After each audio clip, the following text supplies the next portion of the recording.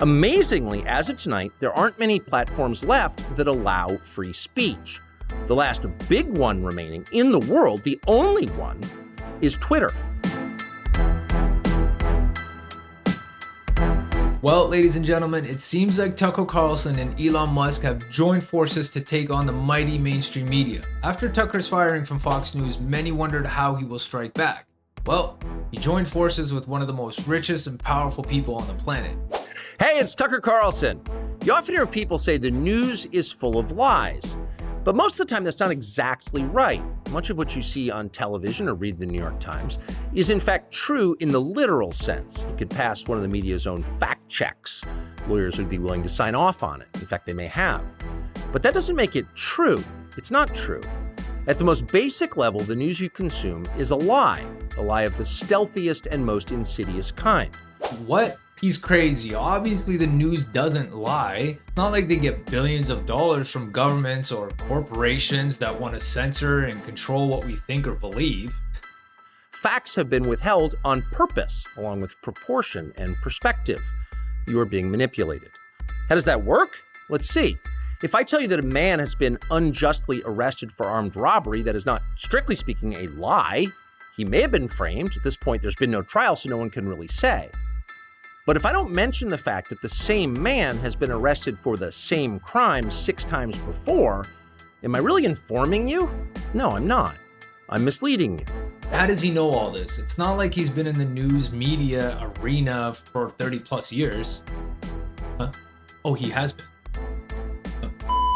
And that's what the news media are doing in every story that matters, every day of the week, every week of the year.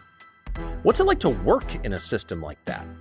After more than 30 years in the middle of it, we could tell you stories. The sharing of biased and false news has become all too common on social media. More alarming, some media simply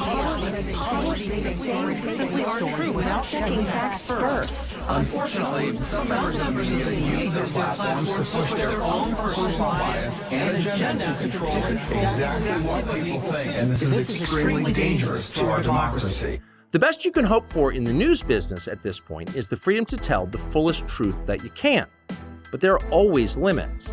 And you know that if you bump up against those limits often enough, you will be fired for it. That's not a guess, it's guaranteed. Every person who works in English language media understands that. The rule of what you can't say defines everything. It's filthy, really, and it's utterly corrupting. You can't have a free society if people aren't allowed to say what they think is true. Speech is the fundamental prerequisite for democracy.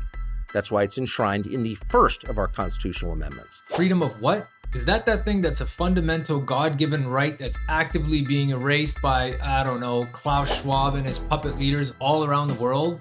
That thing Justin Trudeau just took away from Canadians with the passing of Bill C-11? I don't know, I'm just asking you. Amazingly, as of tonight, there aren't many platforms left that allow free speech. The last big one remaining in the world, the only one, is Twitter, where we are now. Twitter has long served as the place where our national conversation incubates and develops. Twitter is not a partisan site. Everybody's allowed here, and we think that's a good thing.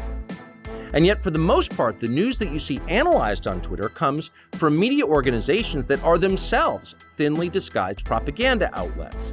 You see it on cable news, you talk about it on Twitter. The result may feel like a debate, but actually the gatekeepers are still in charge. Okay, well, he does make a point because the Twitter files did show Pfizer and other corporations, including the government, were actively trying to censor information on Twitter. But they wouldn't be doing it on other social media platforms, right? We think that's a bad system. We know exactly how it works, and we're sick of it. Starting soon, we'll be bringing a new version of the show we've been doing for the last 6.5 years to Twitter. We bring some other things too, which we'll tell you about. But for now, we're just grateful to be here.